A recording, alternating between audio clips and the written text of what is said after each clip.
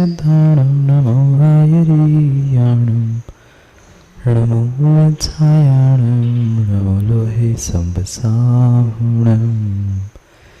अथ प्राणिक स्वाध्याय प्रतिष्ठापन क्रियायां पूर्वाचरण क्रमेण सकल मोक्षार्थम भाव पूजा वंदना समेतम श्री श्रुत भक्ति गाय सुन गुरुवे हम।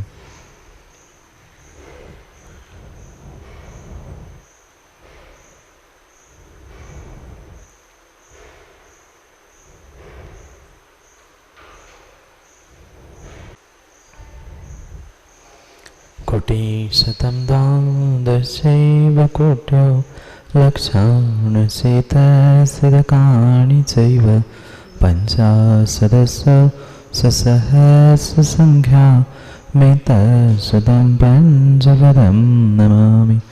अयन्दभासि यत्त्वं गणधरदेवै गदयं सम्मो परमामि भक्तियुक्तो सुधनाणमोऽयं शिरसा इच्छामन्ते श्रुतभक्ति कालसाधको तस्यालोचन अंगुभंगे पाहिणे पावडे परमे सतप्रणमामि मुग प्रगज्जुलिया चैव सुतथैदवणदैच्छकालम् अंजामि पूजयामि वन्दामि नमस्सामि दुःखको कम्मङ्खो बोहिला सुखी गणं समाहि मरणं जिनगुणसम्पत्ति होमजम्। अथ प्राणिक स्वाध्याय प्रतिष्ठापन क्रियायां पूर्वाचरण क्रमेण सकलमोक्षार्थम भाव पूजा वंदना समेतम श्री आचार्य भक्ति काय सम गुरुवे हम।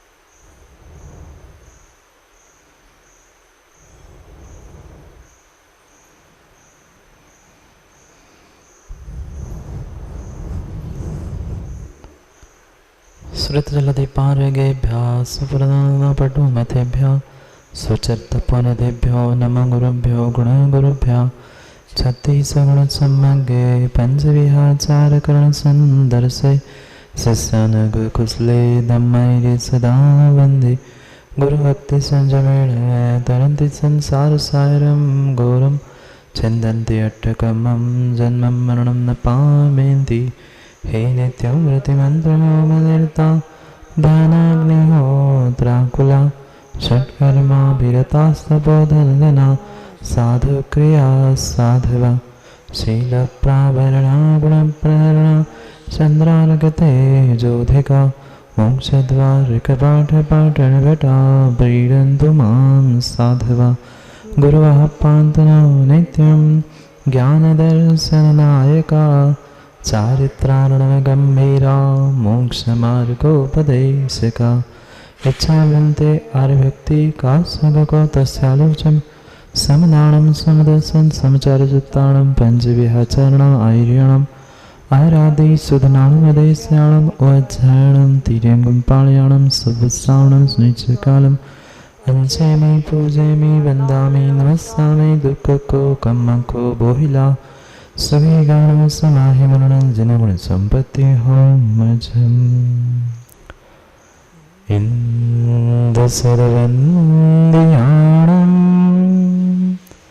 तिगुणैदमधुरविशदवाकाणम् अन्तातीतगुणाणं ऋणभोजिनाणं जितभवाणम् सहजानंद चैतन्य प्रकाशाय महीयसे नमानेकांत विश्रांत महिम्ने परमात्मने स्वसंवेदन सिद्धाय जिनाय परमात्मने शुद्धजीवास्तिकायाय नित्यानन्दचिरे नमः। ॐ नमो सिद्धाणं नमो वायरीयाणं नमो वत्सायाणं सर्वसाहुणम्। पंच परमेष्टि भगवान की, परम पूज्य आचार्य भगवान कुंद कुंद स्वामी की, परम पूज्य आचार्य भगवान अमृतचंद्र स्वामी की, परम पूज्य आचार्य भगवान जयसेन स्वामी की, परम पूज्य आचार्य भगवान गुरुवर विशुद्ध सागर जी महाराज की, अहिंसामय विश्व धर्म की।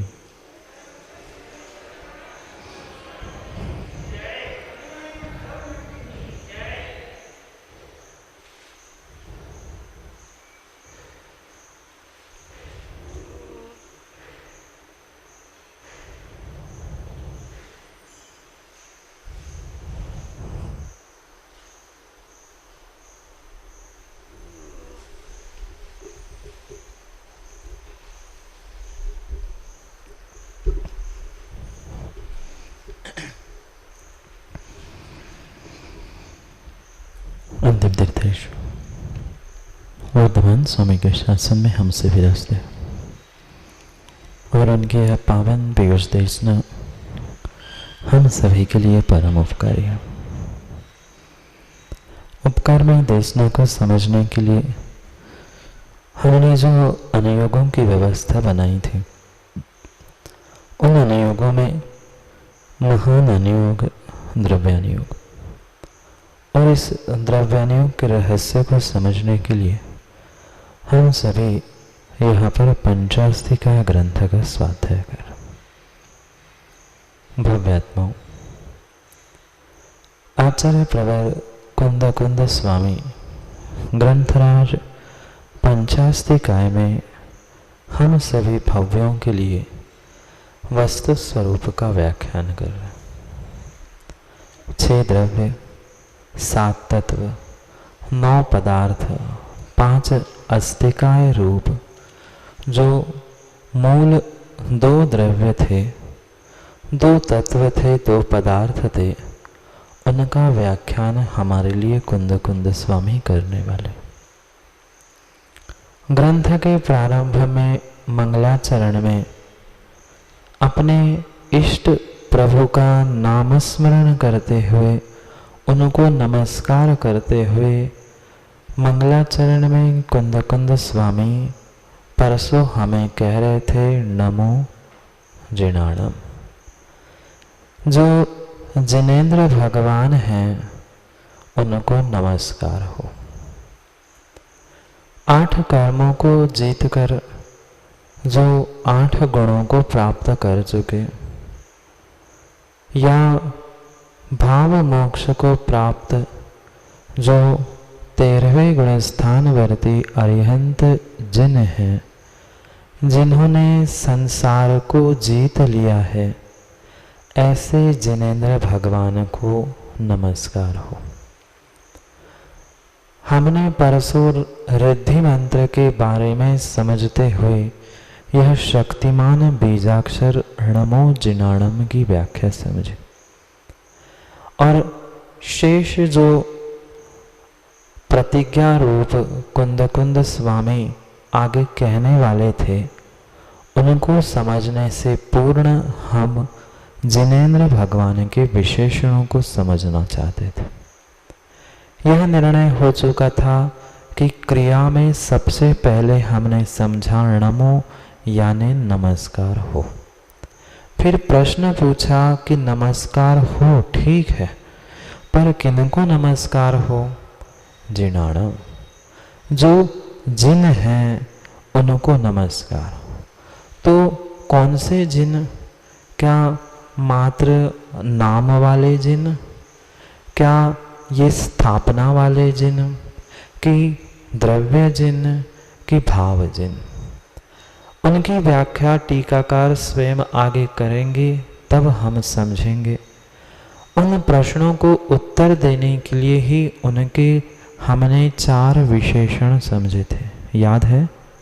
मंगलाचरण के श्लोक में कुंद कुंद स्वामी ने क्रिया के साथ जो कर्म कहा था, उस कर्म के विशेषण 4 बताए थे, जो कि हमने पहले गाथा के अर्थ रूप समझे थे। पहला विशेषण था इंद्र सदवंदियाणम। 100 इंद्रों के द्वारा जो वंदनीय, पूजनीय, नमस्करणीय है वे इंद्र सदवंदियाणम पहला विशेषण। तीर्ण हित मधुर विशद वक्काणम। 3 लोक के लिए जो हितकारी, मधुर और विशद यानी स्पष्ट जिनका वचन है, ऐसे जिनेंद्र भगवान, ये दूसरा विशेषण। तीसरा विशेषण अंतातीत गुणानम यानी अनंत गुणों के जो पिंड है, ऐसे जिनेंद्र भगवान। और चौथा विशेषण था जित भवाणम, भवों को, संसार को जिन्होंने जीत लिया है, ऐसे वह जिनेंद्र भगवान को नमस्कार हो। उन भगवान के नामस्मरण से, जो उनकी भक्ति से हमारे भीतर के जो हार्मोन्स थे, पूर्व संचित कर्म थे, उनका क्षय करके हमें भी भगवत्ता को प्राप्त करना था। इस कारण से हमने सबसे पहले भगवान को नमस्कार किया। मंगल क्या होता है, क्यों होता है, कैसे होता है, उसको अमृतचंद स्वामी और जयसेन स्वामी आगे कहने वाले हैं, हमें उसे ही समझना है।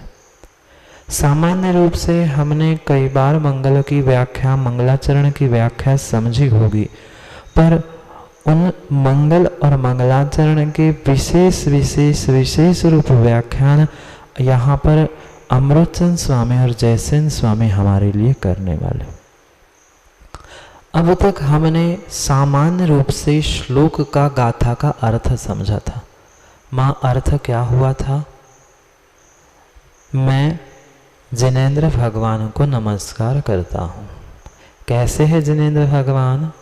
जो 4 विशेषणों से युक्त है, जिनके 100 इंद्रों द्वारा जो पूजनीय है, जो त्रिभुवनकारी, हितकारी, मधुर और स्पष्ट वचनों से युक्त है, अनंत गुणों के पिंड है और संसार को जो जीत चुके हैं, ऐसे ही जिनेंद्र भगवान को नमस्कार हो। इतना सामान्य रूप से शब्दार्थ हमने समझा था। ग्रंथ को पंडित जी, ग्रंथ का अर्थ करने से पहले हमें 5 प्रकार के अर्थों को समझना है। आज व्यक्ति मात्र शब्दार्थ और भावार्थ समझने के कारण भ्रमित है। कितने प्रकार के अर्थ? वहाँ 5 प्रकार के अर्थों को समझना होगा। अगर आपको ज़रूरत लगे तो आप कागज़ और पेन से लिख सकते हैं।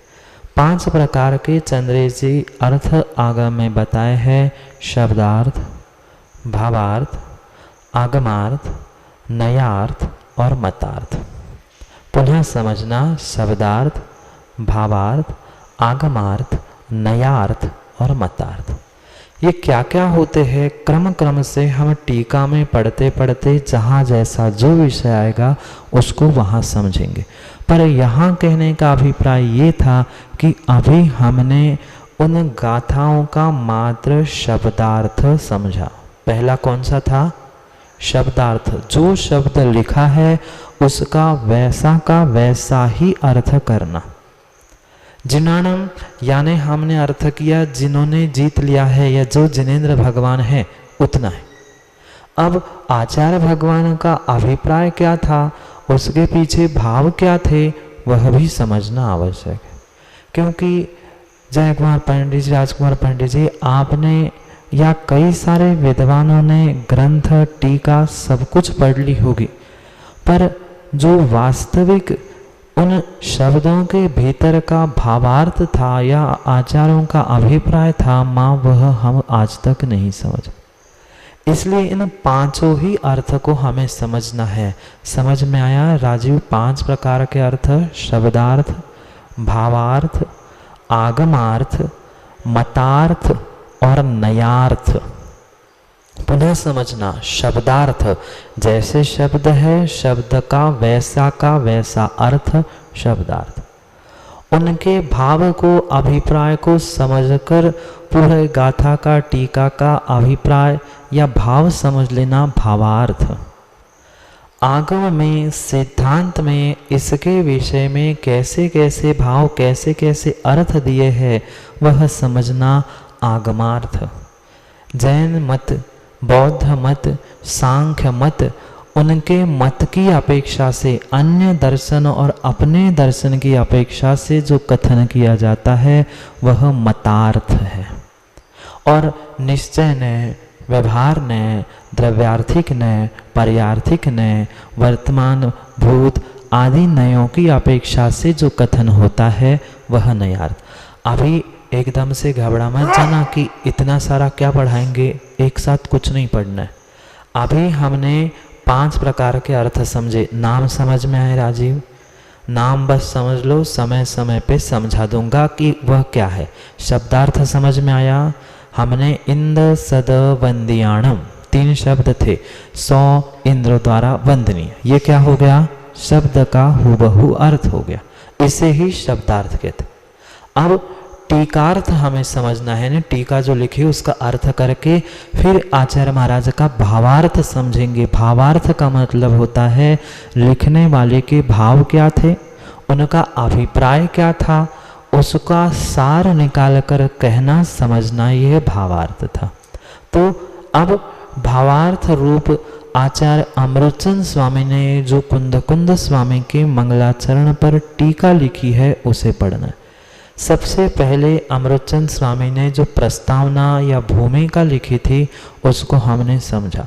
पहले श्लोक में परमात्मा को नमस्कार किया था। कहाँ पे? कहाँ पे? मंगलाचरण के पहले अमृतचंद स्वामी ने जहाँ पर समय व्याख्या प्रारंभ की थी, उन्होंने 6 मंगलाचरण किए थे। उनमें से पहले श्लोक में परमात्मा को, दूसरे श्लोक में हमने सिद्धांत पद्धति यानी जिनवाणी को, तीसरे श्लोक में मैं समय व्याख्या संक्षेप से कहूँगा, फिर चौथे, 5वें और 6वें श्लोक में जो 3 अधिकार थे उसमें क्या क्या व्याख्यान होगा, इतना व्याख्यान हमने समझा। इस प्रस्तावना के उपरांत जो गाथा सूत्र था उसका अवतरण हुआ, यानी कुंद स्वामी के मूल गाथा को लिख दिया। उसका संक्षेप में हमने शब्दार्थ समझा। 4 विशेषणों से युक्त जो जिनेंद्र भगवान हैं उनको मेरा नमस्कार हो, नमो जिनाणम, सार वह था। अब वह नमस्कार कैसे है या जिनेंद्र भगवान कैसे है, उनके ये 4 विशेषण, उसके बारे में विस्तार से जो अमृतचंद स्वामी समय व्याख्या में समझा रहे हैं उसे पढ़ने का प्रयास करते। जिनके पास ग्रंथ हो वह ग्रंथ खोलकर गाथा के बाद देखने का प्रयास करना। मूल गाथा इंद्र सदवंदयाणम, उसके बाद समय व्याख्या ऐसा लिखा होगा। मिल गया ग्रंथ राजीव? समय व्याख्या। अब समय व्याख्या पढ़ते हैं। समय व्याख्या आचार्य अमृतचंद स्वामी। अथात्र नमो जिनेभ्यः इत्यनेन जिन भाव नमस्कार रूप मसाधारणम शास्त्रस्यादौ मंगलम मुपात्तम। मिल गया? मिल गया? राकेश चाचा नहीं मिला? मिल गया। जिनके पास आगास की प्रति हो गई उनको सहजता में प्राप्त हो जाएगा। कुछ पुरानी प्रतियों में, प्राचीन प्रतियों में हो सकता है आगे पीछे हो, खोजने का प्रयास करो। समय व्याख्या। अत्र नमो जिनेभ्यः। चंद्रेश जी ग्रंथ है? बहुत बढ़िया, बहुत बढ़िया। शादी करने के लिए चले गए और वरमाला ही नहीं है, चश्मा नहीं है, स्टूल तो है उनके पास, चश्मा हो तो दे दो उनको उधार। उधार से काम नहीं होता, अपने को ध्यान रखना। आओ, अत्र नमो जिनेभ्यः इति अनेन जिन भाव नमस्कार रूपम असाधारणम शास्त्रस्य आदौ मंगलम मुपात्तम। मिल गया? दिख गया? चलो अच्छा है। किसी का ईटा किसी का रोड़ा, काम में तो आया कुछ तो पढ़ने के लिए। आओ, अथ माँ पढ़ने का समझने का प्रयास करो। हमने पहले भी कहा था प्रयास ये करो कि सबके हाथ में ग्रंथ हो, एक दूसरे का प्रयोग करने का प्रयास मत करो। ग्रंथ आ रहे हैं और 1-2-4 प्रति और उपलब्ध है, पर जो रोज पक्के में पढ़ेगा उनको भी ग्रंथ मिलेगा, अन्यथा मिलने वाला नहीं है, ये भी ध्यान रखना। अथ अत्र राजेश पढ़ोगे? अगर पढ़ना है तो ऊपर ग्रंथ रखा है, ले आना या फिर कल से लेना। अथ अत्र, अब यहाँ पे क्या कहते हैं? नमो जिनेभ्यः। जो कुंद स्वामी ने ग्रंथ लिखा था वो कौन सी भाषा में था? कौन सी भाषा में था? प्राकृत। और समय व्याख्या जो टीका है वह संस्कृत भाषा में है। तो हमने जब श्लोक में पढ़ा था तब लिखा था नमो जिनाणम, और संस्कृत में उसका रूपांतर या भाषांतर होगा नमो जिनेभ्यः। समझ में आया? नमो जिनाणम और नमो जिनेभ्यः। अभिप्राय अर्थ दोनों का एक ही है पर भाषा भिन्न है। टीका में यहाँ अमृतचंद स्वामी कह रहे हैं कि अब जो कुंद स्वामी ने यहाँ पर नमो जिनेभ्यः इति अनेन, इस प्रकार से जो जिन भाव नमस्कार रूपम, पुनः समझना राजीव, नमस्कार कैसे होता है? नमस्कार कैसे होता है? हमें तो इतना ही पता है कि हाथ जोड़ लो नमस्तु, या गवासन से बैठ के नमस्कार। ये नमस्कार की एक विधि तो है, पर ये द्रव्य नमस्कार है। समझना, 2 प्रकार के नमस्कार माँ, एक द्रव्य नमस्कार और एक भाव नमस्कार। जो उनके गुणों को समझकर गुणों को प्राप्त करने के अभिप्राय से हमने जो शारीरिक विनय, याद है क्या माताओं? 3 विनय याद है? मानसिक, शारीरिक और वाचनिक। वह शरीर से जो मात्र की जा रही है, वचनों से की जा रही है, वह द्रव्य नमस्कार है, द्रव्य से किया जाने वाला नमस्कार है। और भाव परिणामों से, अगर भीतर उनके प्रति विनय के, उनके गुणों को प्राप्त करने के भाव परिणाम नहीं है तो मात्र वह द्रव्य नमस्कार है, भाव नमस्कार नहीं है। कितने प्रकार के नमस्कार माँ समझ में आए? नमस्कार विनय नहीं पूछ रहा हूं, नमस्कार एक द्रव्य नमस्कार जिसमें शरीर और वचन दोनों भी द्रव्य हो गए, और जो मन से भावों से किया जाने वाला है वह मन से भावों से किया जाने वाला भाव नमस्कार। टीका में क्या लिखा है? नमो जिनेभ्यः। अगर आप ऐसा मात्र शब्दों से भी कह रहे हो, हाथ जोड़ के कर रहे हो, तो ये द्रव्य नमस्कार है, पर यहाँ आचार्य भगवान का अभिप्राय भाव नमस्कार रूपम। समझ में आया?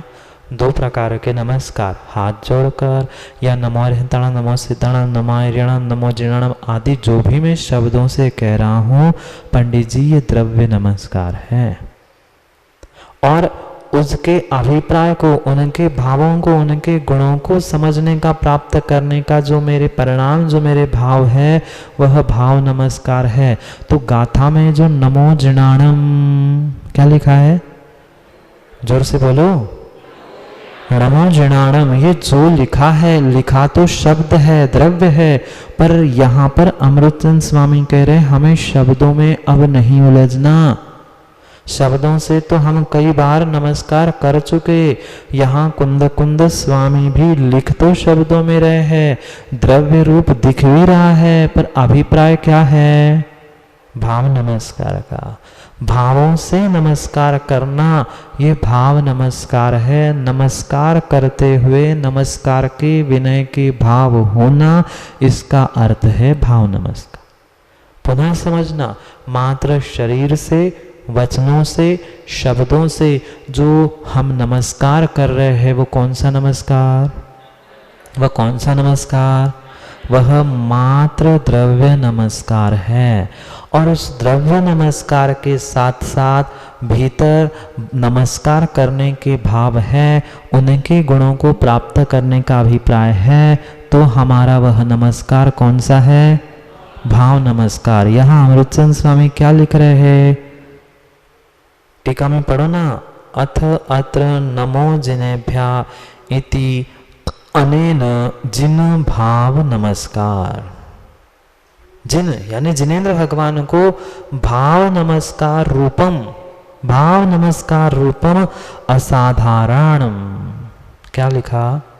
एक साधारण होता है और एक असाधारण होता है। आज तक प्रत्येक क्रिया हम साधारण रूप से तो करते रहे, पर अब असाधारण रूप से कर रहे हैं। पुनः समझना, समझ में आया क्या? इधर देखो, ग्रंथ में बाद में देखो, समझ में आया क्या? नमो जिनेभ्या ये संस्कृत में, और नमो जिणाणम ये प्राकृत है। तो ये कौन सा नमस्कार हुआ? ये अभी द्रव्य नमस्कार था, पर जिनेन्द्र भगवान का स्मरण करके उनके जैसे गुणों को प्राप्त करने का जो अभिप्राय था, यह भाव नमस्कार था। तो यहाँ पर कुंद स्वामी और अमृतचंद स्वामी कौन से नमस्कार की बात कर रहे हैं? भाव नमस्कार। आज तक द्रव्य नमस्कार साधारण रूप से हम करते आए। अब जो हम नहीं करते, जो सामान्य नहीं है ऐसा, जो विशेष है साधारण नहीं है ऐसा, असामान्य या असाधारण नमस्कार और असाधारण मंगल को कहते हैं।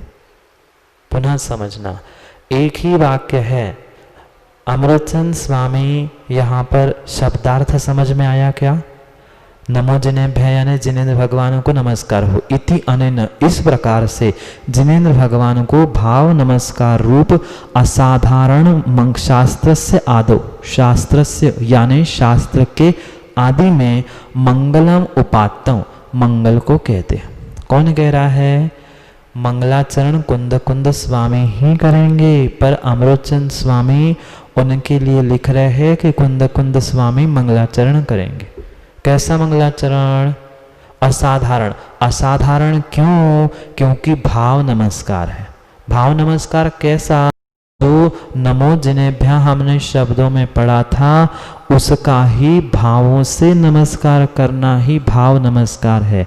ऐसे भाव नमस्कार से युक्त होकर शास्त्र के आदि में मैं असाधारण मंगलाचरण कर रहा हूँ। आप भी चंद्रेश जी मंगलाचरण करते हो, बहुत सारे जीव मंगलाचरण करते हैं, पर माँ तब भी हमने समझा था कोई भजन, कोई काव्य, कोई नमस्कार वचन भी अगर कर रहे तो मात्र वह द्रव्य मंगलाचरण हुआ। भाव मंगलाचरण कब होगा? वह द्रव्य मंगलाचरण साधारण था, सामान्य था, हर कोई कर रहा था, पर हमें अगर विशेष फल की प्राप्ति चाहिए, विशेष मंगल चाहिए, तो हमें असाधारण रूप से या विशेष रूप से, असामान्य रूप से मंगलाचरण करना पड़े। तो असाधारण रूप से, विशेष रूप से मंगलाचरण कैसे होगा? भाव नमस्कार करना पड़ेगा। तीन बातें समझने जैसी है। शास्त्र के आदि में मंगलाचरण करना, पर कैसा? जैसा आज तक करते आए, जैसा हर कोई करता है वैसा नहीं, वह साधारण हुआ। अब हमें कुछ असाधारण मंगल करना है, असाधारण मंगलाचरण करना है, तो क्या करना पड़ेगा? आज तक जो द्रव्य नमस्कार मात्र करते आए हैं उसके साथ हमें भाव नमस्कार भी करना होगा। तो कैसा भाव नमस्कार करना है? नमो जिनेभ्यः, जिनेन्द्र भगवान को नमस्कार हो। ये जो मैंने शब्दों में कहा था वैसे ही भाव, वैसे ही परिणाम मेरे अंदर होने चाहिए। यही भाव नमस्कार असाधारण मंगल रूप है, उसको ही कहते हैं। समझ में आया? समझ में आया? कैसे आया माँ? ऐसे ऐसे कि थोड़ा ऐसे थोड़ा ऐसे? थोड़ा भी समझ में आया तो धीरे धीरे आगे इसी का विस्तार करने वाले हैं, उसको बहुत अच्छे से समझने का हम प्रयास करते। इतना समझ में आया। भाव नमस्कार और असाधारण नमस्कार, भाव नमस्कार रूप असाधारण मंगलाचरण करेंगे। कैसे करेंगे?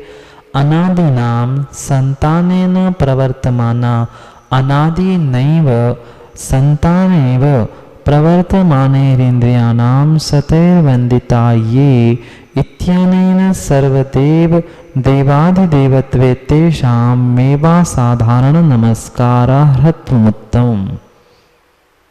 कुछ समझ में नहीं आया होगा, अभी समझते। कुछ पढ़ा हमने, ये तो समझ में आया क्या? कुछ संस्कृत में पढ़ा, कठिन जा रहा है, इतना तो समझ में आ रहा है। इतना भी समझ में आ गया, आज कठिन कुछ है तो कल वह भी आसान हो जाए। पुनः पढ़ते हैं। अभी तक जैसे लिखा था वैसे ही पढ़ा। अब उन अर्थ करने के लिए संधि का विच्छेद कैसे करके पढ़ना है वह समझना। आगम का अर्थ करने के लिए, ग्रंथों का अर्थ करने के लिए पंडित जी उन सभी भाषाओं को भी समझना आवश्यक है। आज बहुत सारे जीव भ्रमित माँ क्यों हैं? क्योंकि हमें आचार्यों की मूल भाषा समझ में नहीं आ रही। कम से कम हम पढ़ना तो सीख ले, भले ही विशेष कुछ प्राप्त नहीं कर पाए, कैसे लिखा है ये पढ़ के कैसा अर्थ निकाला जाता है वह भी अगर समझ में आ गया तो भी हमारे लिए बहुत कुछ अच्छा है। तो पुनः पढ़ते हैं। अनादिना संतान अनेन प्रवर्तमाना अनादिन एव संतानेन प्रवर्तमान इंद्राणां सतैर्वन्दिता ये इति अनेन सर्वदेव देवादिदेवत्व तेषाम् एव असाधारण नमस्कार अर्हत्वम् उक्तम। पुनः नहीं आया समझ में, अभी समझते हैं। एक एक शब्द कैसे पढ़ता है इतना ही हमने समझा, अभी शब्दार्थ नहीं समझा। गाथा में पहला विशेषण क्या था? गाथा में पहला विशेषण क्या था? 100 इंद्रों द्वारा वंदनीय, इंद्र सद वंदियाण, इतना था। ये 3 शब्द समझ में आए। ये 100 इंद्रों द्वारा वंदनीय। अगर कोई साधारण व्यक्ति होता तो उसको नमस्कार कैसे करते? साधारण करते। जैसे समझना बहुत अच्छे से, राजेश जी कोई सामान्य मित्र आपसे मिलता है तो सामान्य जय जिनेन्द्र होती है। वही विशेष कोई मित्र हो या विशेष कोई परिचित हो तो उससे जय जिनेन्द्र साहब। और कोई विशेष होता है, समाज का मुखिया अध्यक्ष कोई होता है, अध्यक्ष जी जय जिनेन्द्र। मत समझना, हमारा जय जिनेन्द्र करना भी सामने वाले की विशेषता पर डिपेंड करता है। सामने वाला जितना विशेष होगा हमारा जय जिनेन्द्र करना उतना विशेष होगा। होगा कि नहीं? बच्चे से जय जिनेन्द्र करना, अपने बराबर वालों से, अपने माता पिता से और उनसे भी बड़े लोगों से, कुछ विशेष लोगों से जय जिनेन्द्र करना, ये नमस्कार ही है, विनय ही है। उनके हमारे शब्दों में, भावों में, सब में परिवर्तन होता है। यहाँ पर यही कह रहे, जो असाधारण रूप नमस्कार कहा, तो असाधारण क्यों कहा? क्योंकि हमारे जिनेन्द्र भगवान साधारण नहीं है। अब समझ में आएगा कि क्यों ऐसे शब्दों का प्रयोग किया है। ये 3 शब्द समझ में आए थे क्या? पहले वाक्य में जिनेन्द्र भगवान को नमस्कार हो, ऐसे भाव नमस्कार रूप असाधारण मंगल को कहूंगा, इतना हमने पहले वाक्य का अर्थ किया था। तो वो असाधारण क्यों था और भाव नमस्कार क्यों था, अब उसको विस्तार से समझा रहे। तो जो जितना साधारण होगा उसको नमस्कार कैसा होगा? साधारण होगा। घर में भी कोई साधारण मेहमान आता है, माँ तो उसको चाय पानी पे निपटाते हो ना। और कोई विशेष आता है तो उसको थोड़ा सा मुंह मीठा वगैरह कर लो, ऐसी बातें करते। कोई मायके से आता है तो चाय पानी में भगा देते हो? नहीं भगाते महाराज जी, उनको तो कहते रोको, भोजन करो, सुबह का करो, शाम का करो। क्यों? वह साधारण नहीं था, कुछ विशेष था। ऐसे ही यहाँ जो नमस्कार की बात कह रहे हैं, वह मेरा प्रभु को, जिनेंद्र भगवान को भी नमस्कार है, वो साधारण नहीं है, क्योंकि हमारे जिनेंद्र भगवान साधारण नहीं है।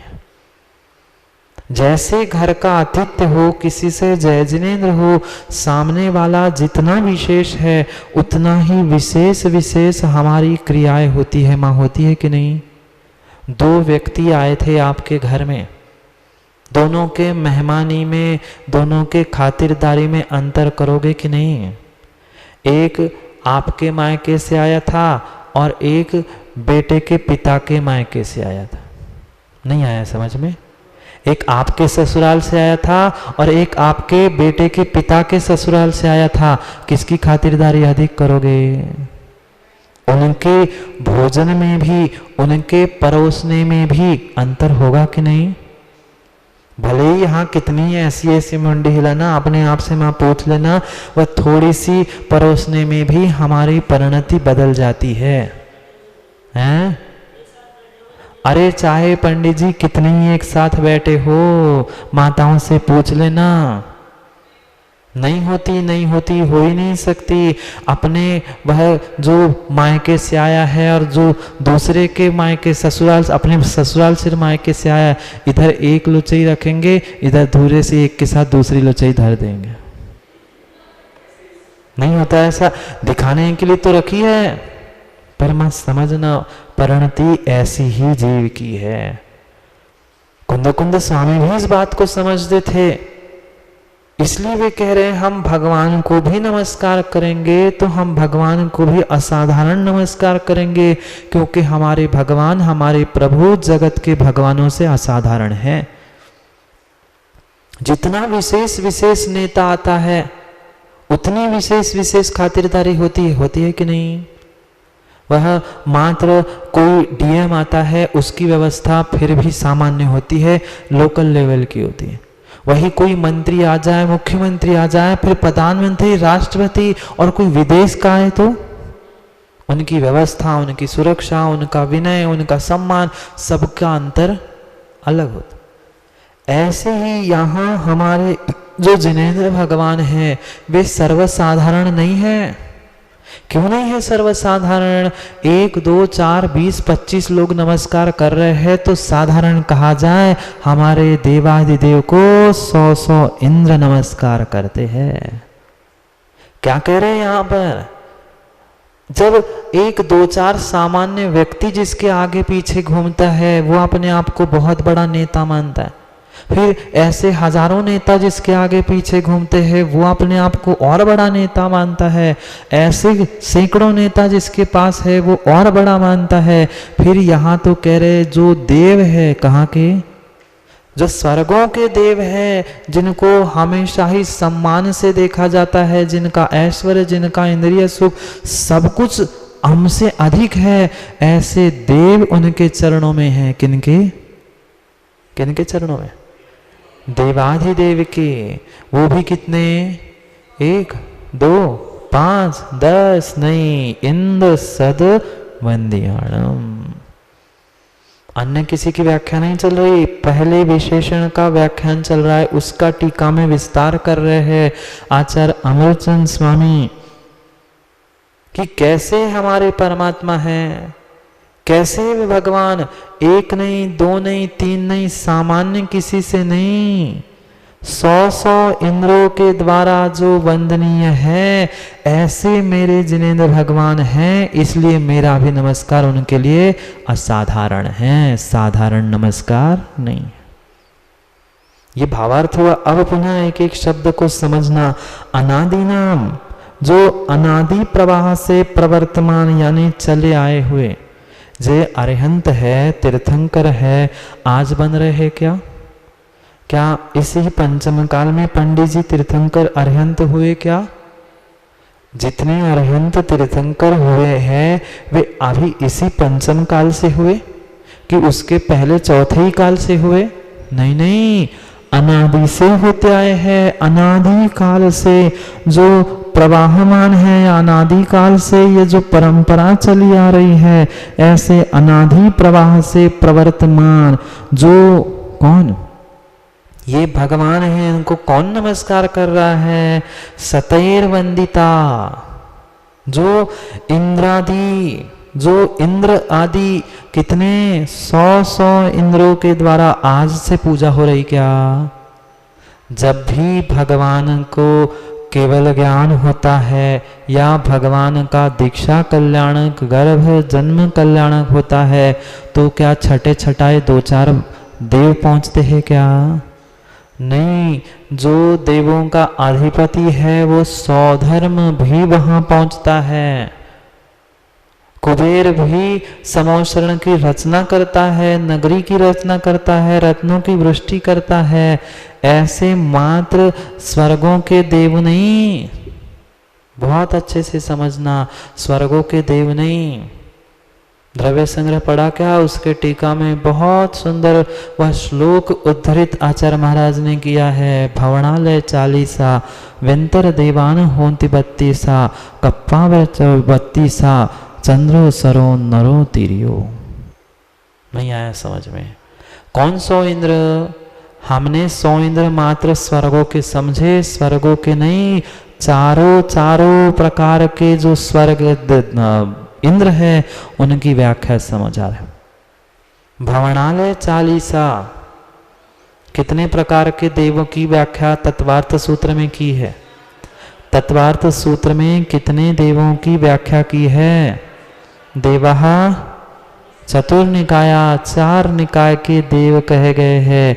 भवनवासी, व्यंतर, ज्योतिष और सबसे उत्कृष्ट वैमानिक। इन 4 प्रकार के जो देव हैं, इनके जो इंद्र यानी मुखिया, इंद्र का मतलब मुखिया या नेता, इन सबका नेता, इन सबका मुखिया कितने कितने हैं? तो भवनालय 40। जो भवनवासी देव हैं, उन भवनवासी देवों के वे 40 इंद्र। जोड़ना 100 कैसे हुए? भवनालय 40। फिर याद है किसी को? भवनालय 40। फिर पंडित जी वंतर देवा होंती 32। 40 और 32 कितने हुए? 40 और 32। और भवनालय 40 विंतर देवान होती 32। कप्पावर वह कल्पवासी कितने हैं? 24। फिर जोड़ दो, बचे हुए 4 कौन? चंद्रो सूर्यो नरो तिरियो। चंद्र सूर्य ये ज्योतिष देवों के इंद्र कहलाए जाते हैं। और नरो तिरियो, नरों का यानी पुरुषों का इंद्र कौन? चक्रवर्ती, वह भी। और तिर्यंचों का सिंह। ये 100 इंद्रों द्वारा तीर्थंकर पूजनीय हैं। राजीव समझ में आया? 4 प्रकार के देव तो सुने होंगे, व्यंतर, ज्योतिष आदि, उनकी संख्या बताई। उनके साथ साथ जो मनुष्यों का इंद्र कौन? सबसे इंद्र मतलब सबसे बड़ा धनवान पुण्यवान सौधर्म इंद्र मनुष्यों के राजा का मुखिया कहलाता। तो उनका जो चक्रवर्ती है वह मनुष्यों में चक्रवर्ती कौन है? इंद्र बन गया। और तिर्यंचों का जो इंद्र वह कौन है? सिंह है। ऐसे ये 2 चंद्र सूर्य ज्योतिष के 40, 32 और 24, 2, 1, 1 ऐसे मिला के कितने हुए? 100। इन 100 ये आज से नहीं हुआ।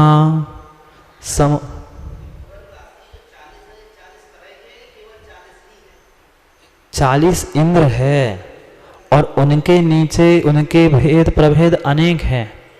ठीक है, 40 प्रकार के तो वो तो प्रकार तो अनेक हैं, पर उनके मुखिया कितने हैं? 40 मुखिया है, 24 मुखिया है, 32 मुखिया है, 2 मुखिया है। क्योंकि चंद्र, सूर्य, तारका, नक्षत्र आदि आदि वे ज्योतिष देव है, पर उनमें मुखिया कौन? चंद्र और सूर्य। उनके कितने हैं? 2 यहाँ हैं, 4 वहाँ है, ये विषय नहीं है।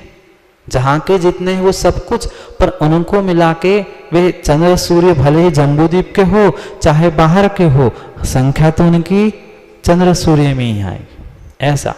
ऐसे चंद्र सूर्य, तो फिर कहोगे चक्रवर्ती इतने सारे हुए, एक ही चक्रवर्ती क्यों लिया? कितने चक्रवर्ती होते हैं? चक्रवर्ती कितने होते हैं? एक समय में नहीं पूछ रहा हूं, पूरे काल में चक्रवर्ती कितने होते हैं? 12 होते? 12 होते? बोलो ना 12 ही होते महाराज जी, डर क्यों गए? मैं ऐसे पूछता तो डर जाते महाराज जी, गलत तो नहीं हो गया? 12 जो चक्रवर्ती होते, तो 12 नहीं कहा, एक ही कहा, पद कहा, चक्रवर्ती पद कहा।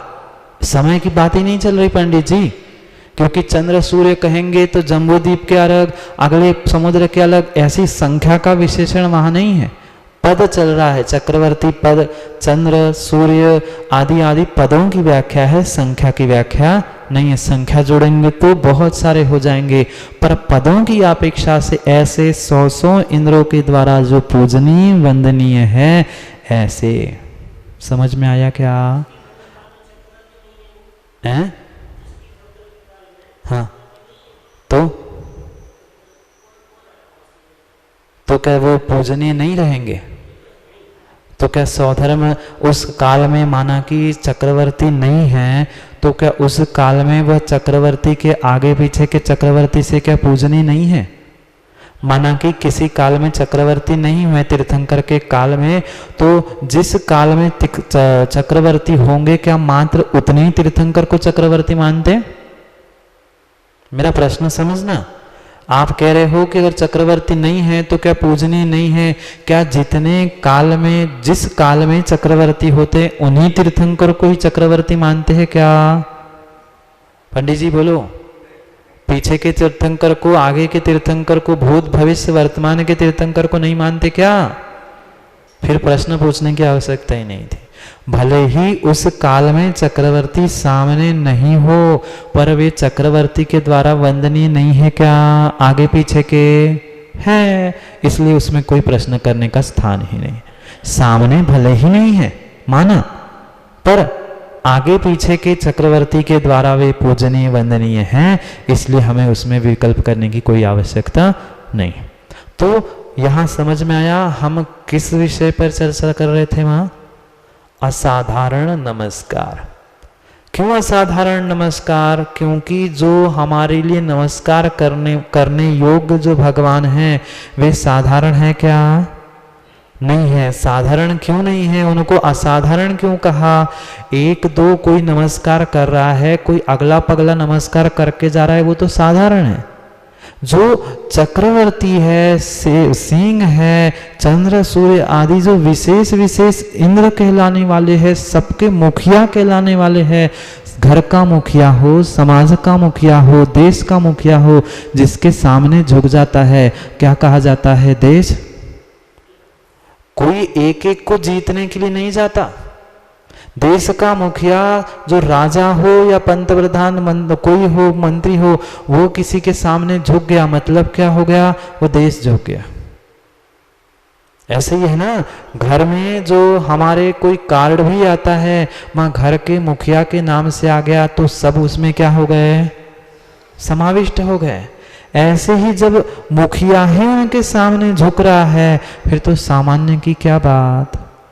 ऐसे जो विशेष मुखिया कहलाने वाले सभी प्रकार के मुखिया उनके सामने जब नमस्कार कर रहे हैं, तो वह हमारे भगवान भी विशेष है। क्योंकि विशेष को नमस्कार करने वाला विशेष ही होता है, या विशेष किसी को नमस्कार कर रहा है तो वो भी विशेष होता है। बात आई समझ में? विशेष किसी को नमस्कार कर रहा है, हमारे घर के मुखिया, माता हो, पिता हो, दादा हो, कोई भी हो, जो मुखिया है, वो अगर किसी को नमस्कार कर रहा है, तो वो हमारे लिए भी क्या कहलाता है? नमस्करणीय कहलाता। जो विशेष के द्वारा पूजनीय है, वंदनीय है, वो स्वयं में विशेष है, और जो विशेष होता है वही विशेष के द्वारा पूजनीय होता है। सामान्य उसको नहीं पूजते। अंतर समझ में आया दोनों बातों का? मैं अगर विशेष हूं तो नमस्कार करने वाले भी विशेष होंगे। मैं अगर विशेष हूं तो मैं जिसको नमस्कार करूंगा वो भी विशेष होगा। नहीं आया अंतर समझ में? माना कि हमारे घर का मुखिया विशेष माना गया, क्योंकि मुखिया है, हम सबसे बड़े हैं, मुखिया है, तो उसको अगर हम विशेष मान रहे हैं तो वो अगर किसी को नमस्कार कर रहा है, उसके लिए कोई पूजनीय, वंदनीय, आदरणीय, सम्माननीय है, तो हम सभी के लिए क्या होगा? वो अपने आप विशेष कहलाएगा, नमस्करणीय कहलाएगा।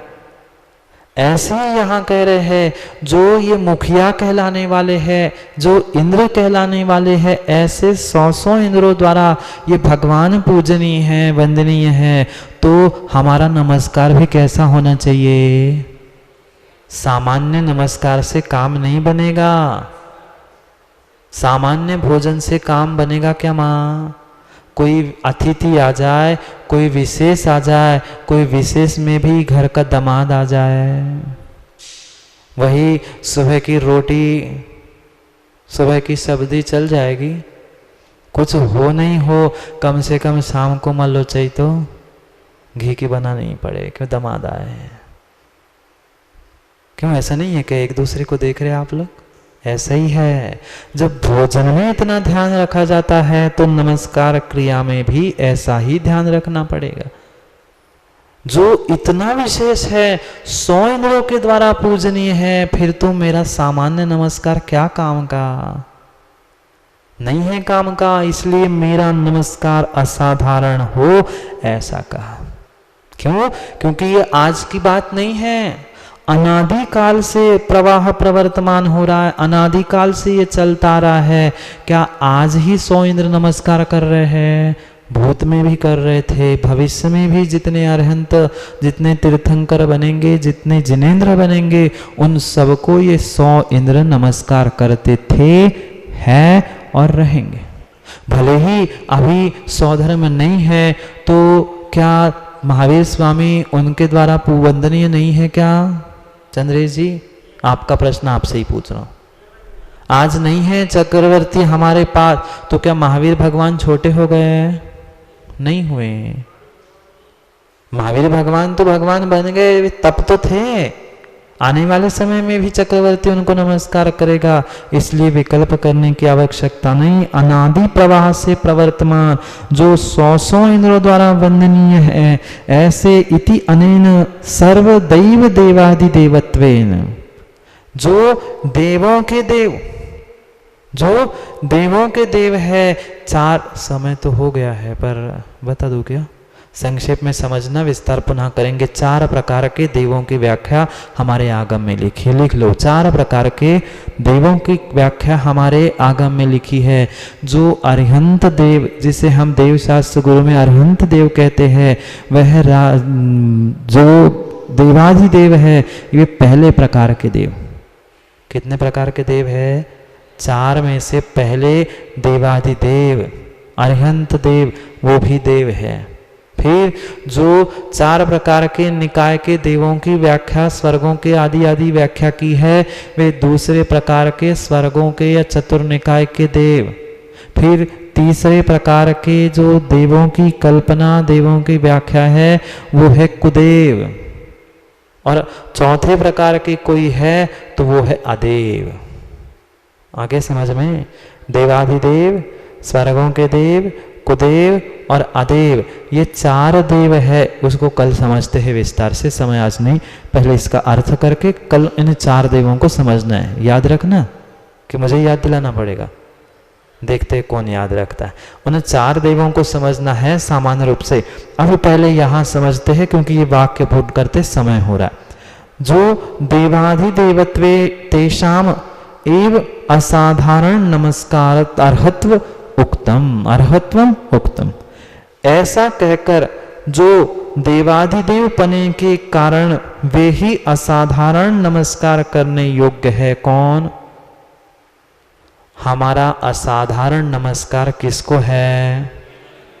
किसको है? देवाधिदेव। देवाधिदेव क्यों कहा?